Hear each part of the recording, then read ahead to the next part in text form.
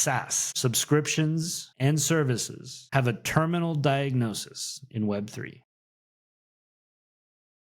What's up, Web3? Welcome back to our little podcast where we talk about things that matter to us. I'm James Bork, co-founder and CEO of Intu, and I'm joined today by our friend from Aspect, Mr. Tomek Duda. There was a bit of an important announcement, or at least one that kind of caught our eye and has been running the circle on crypto Twitter, and that is Uniswap imposing a 15% fee on transactions, but only for USDC and ETH. So only for major currencies, and from what I've read, only if you're using their front end, which I think leads us to a very interesting conversation that doesn't happen enough in Web3. I think something that we need to do more often, and that is our relationship with subscriptions. Tomek, how do you feel about subscriptions? How do you like your credit card sitting and just being charged on a monthly basis? Oh, credit cards in Europe are not that popular, so I'm going to surprise you. I don't even have one,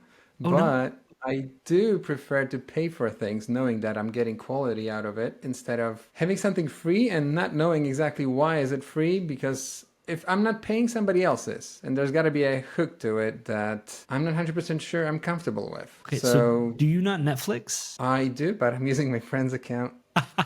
Okay, I won't tell anyone. You don't pay for any subscriptions whatsoever. I pay only for Spotify and Google Drive. Hey, man, Spotify, in my opinion, is worth it. It's the first thing that got me out of bootlegging MP3s in my childhood. Okay, you're maybe not the target audience for this. I think as a starting point, we can agree that when subscriptions started becoming the norm, there was a substantial pushback. What do you mean I have to pay $14 a month to play World of Warcraft? I just admitted that I used to play World of Warcraft instead of just owning it. We came from like Sega, Genesis, PlayStation, bought a CD, I have the game, I can lend it to my friend, to all of a sudden I'm paying on a monthly basis. And most of us, at least in our generation, we didn't like that. Fast forward 15 years, it's normal. You don't own any software anymore. It's become so standard that we just expect to not own things, and we just expect people to pay subscriptions. From a business standpoint, it's great because you have predictable monthly recurring revenue, which means you can make projections, which means you can go back to your investors or your shareholders and say, I have a pretty darn good idea of how much money I'm going to make next month. But Web3 was a reaction to that. I remember when I heard first time about World of Warcraft, when I saw that it's paid and that my computer is barely able to manage those expectations, manage that requirement, I did not play it. Maybe that's a good thing in the long run, knowing myself and how easily I can get addicted to stuff like that. You can see right there, there's the barrier. I didn't have a credit card. I didn't have the $15 a month. I didn't play. I prefer the try for free, get it free forever, or pay if you'd like to get something extra. Give users as little of a barrier of entry as possible so that you get usage engagement and they actually can decide for themselves based on usage instead of based on they read your blog, they hear about it, they read a review. Web 1. Businesses had substantial challenges to enforcing their licenses. If you didn't have to buy Windows 95, you could borrow Windows 95 forever because the license enforcement wasn't great. When we got broadband and data centers and what led to end up becoming Web 2, that allowed businesses for the first time ever to really enforce licensing. So much that it wasn't even license enforcement anymore. We didn't really call it that. We called it access management. It was this idea that you don't have software, but I'm providing you access to it. And as part of that exchange, I will also store your data on your behalf. I think you said something very interesting earlier, which is if the website is free, I know that it exists for a reason and someone's still paying for it. This is, I think, the other side of Web 2. I think we're all frustrated with, we're all aware of it. I'd say the average person on the street isn't familiar with how deep it really goes. It's ad-supported websites, right? It's clickbait. It's a misaligned set of incentives that have led Web 2 to be where it is, where we're not focused on quality as much as quantity anymore, unless it's paywalled, but then paywall, you see a pretty substantial drop in subscriptions. Kind of jumping into the Web3 part of it. Web3 was a reaction to a lot of things. One of those things was this idea that I don't own my data. Self-sovereignty is kind of one of the fundamental pillars of Web3. This notion that I can create my own account. I can reach out into the mathematical space and pull out this one number that no one else can pull out. That is mine. And no one provided it to me, and no one can take it away from me. This is the foundation of my sovereignty, my digital independence, my ability to proclaim that I am who I am. I know we've talked about accounts and identity before. Today, I want to talk about the other half of that, which is we invented programmable internet money, just to say it in like the simplest possible way. We have recognized the challenges with payment rails, with inclusion, with the need for a credit card, right? In order to live a full and fulfilling digital life, you need a credit card. That means that your data is bouncing off of satellites and, changing hands 3 or 4 times between the piece of plastic in your hand and the bank that holds your money. So Web3, we made programmable money. You don't need all of these other people in between. You just tell your money where to go and it gets there, right? It does the things. And we've been able to introduce all of these kind of advanced behaviors for it. We can do batch transfers. There's privacy preservation. There's, flash loans. There's all this really cool programmable money stuff that for some reason we don't really use as businesses in Web3. So let's talk about revenue models in Web3 right now. I think you know the first one. SaaS. All right. It's old school now hearing about the way that they're doing it. This is the new kid on the block coming in and saying, you know what? I'm not going to take a monthly fee for me not beating your butt and being able to protect you. It's like every time you're in trouble, that's where you're going to get paid. Basically, those are the two business models, right? Yeah, 100%. So SaaS. And then the other one is what we're going to call fees. Typically, these are a percentage taken of the value that you are interacting with.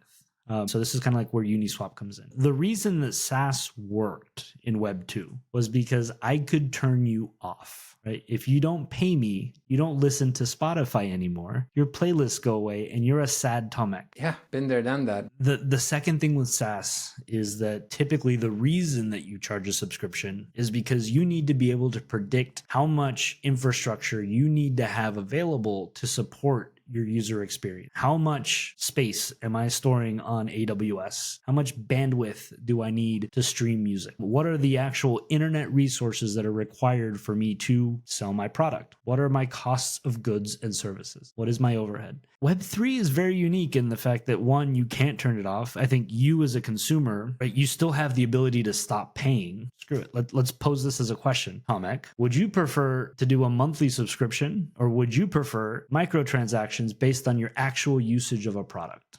Depending on how big of a user I am. If I'm a power user and it's going to break the bank if I start just getting billed based on amount of usage, then of course I'm going to say monthly transaction. If it's more profitable for me to pay as I go, then I'm going to go with that. I guess heavy users, it's a good angle. If I'm a restaurant and I'm streaming Spotify for, 18 hours a day, that's going to cost probably more than my $20 a month that I'm spending on Spotify. I think for the most part, especially if they're one-off services, even as a business, I don't need a paid subscription to something like DocuSign because I don't use DocuSign that often yet. I'm happy on the free mode because that gets me to 3 or 4. But to your point, it does make sense to tier it because eventually that will become much more expensive. Unless, of course, because the Web3 infrastructure is Web3 infrastructure, it's so much cheaper than Web2 someday that, you won't actually notice the difference. For you, your Spotify can now charge you, stop using Spotify, let's say Audius, a Web3 native streaming service. They're now charging you $1 a month instead of $15 a month for a very similar experience. Only if I'm like a business who's streaming music for several hours a day will it actually come out to being $20 a month. That actually opens an interesting thought on the barrier of entry.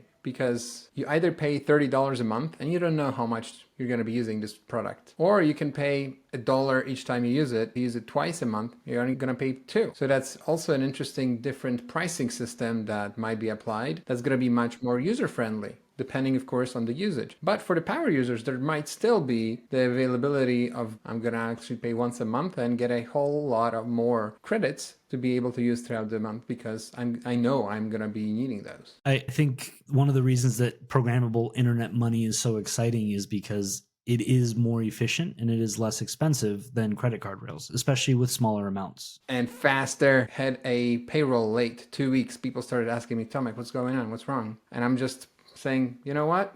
American banks, I don't get them. Our pre-seed investment was lost in the wires for like 10 days, and it was the scariest 10 days of my life. Compare that to being able to track it step by step on the blockchain, knowing what's going on, where it is. The point I was getting to, though, like before COVID, before contactless payments, before this kind of demonization of cash because of the pandemic, most vendors would not allow you to use a credit card below a certain amount. It's not worth it for me to take Visa or MasterCard if it's less than $10. That's particularly true in Europe. In the States, you can buy a stick of gum with a credit card and people just bite it. As someone who's run a small business, right? I used to have a restaurant in San Francisco. It hurts because you're losing a pretty substantial percentage of that transaction. If it's only $1, like there's minimum. I'm charging $1, I'm losing 15% just for the credit card rails. On $100, that's not a big deal. On $1, that's a substantial portion of my payment. Web3 has an opportunity to kind of introduce this like nano transaction concept. Back to where we started talking about Uniswap. So one, it's only if you're using their front end. I forget what their wording was for it, but it's effectively to cover their overhead. They are now tacking on an additional fee to help subsidize the cost of them hosting a Web 2 based front end for their Web 3 product.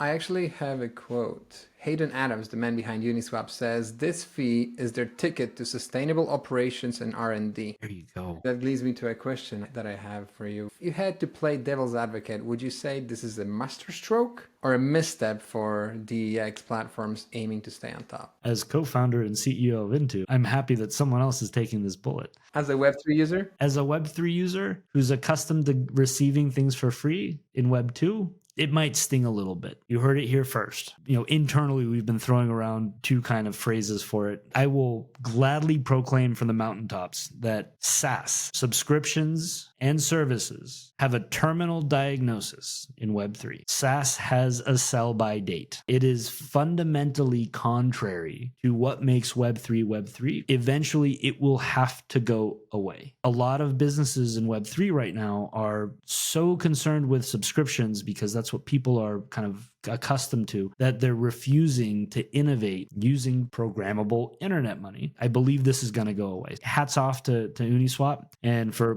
putting this forward. I think it was only a matter of time, and it required someone big enough and important enough and brave enough to kind of take this step. I hope that once kind of all the complaining, for a PG version of this, dies down, that people actually see that it's better. To Uniswap's credit, they're taking on a substantial amount of risk by paying for their Web 2 services based on a Web 3 fee, right? You're opening yourself up to volatility in Web 3 assets. You're opening yourself up to people using the smart contracts directly or using Uniswap embedded into other interfaces, and therefore bypassing that sustainability and research and development fee, as you so elegantly quoted. Subscriptions were great in Web 2 because it allowed you to plan for your risk, right? You didn't want to ever do something at a loss.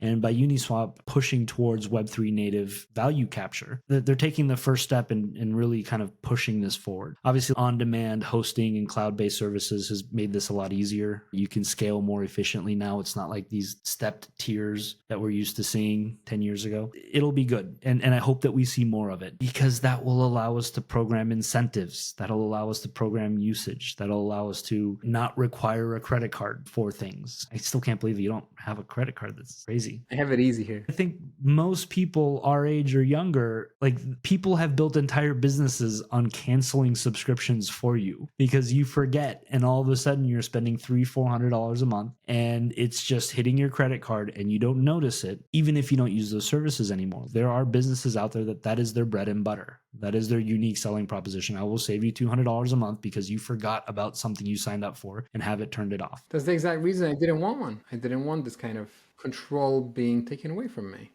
I probably have 5 or 6 that I need to turn off right now. Probably $100 a month I could save right then and there. I do want to keep this short. So the last thing I will say is that charging fees does not mean that the end user has to experience fees. I think a lot of the naysayers out there on crypto Twitter world are complaining about, fees, it's friction for the end user. We just spent the entire year promoting account abstraction. We just spent the entire year making paymaster services and proxy payments more sophisticated. That is what they exist for. As a business, use them, charge fees, and keep your user experience clean. I don't see a lot of ground for people to stand on for SaaS. I think it will go away as soon as more people like Intu and now Uniswap glad I can say that in the same sentence, are committing to innovating revenue models in Web3 for software, right? Leveraging digital unique assets, leveraging self-sovereign identity, and leveraging programmable internet money. Let's end it on that note today. Well, thank you everyone for listening. This is James Bork with Intu, and Tomek, thank you so much for joining me again today. I look forward to these weekly chats. I'll talk to you soon. Subscribe, like, and let us know what you think. What else can we do to make this better for you? Yeah, do it.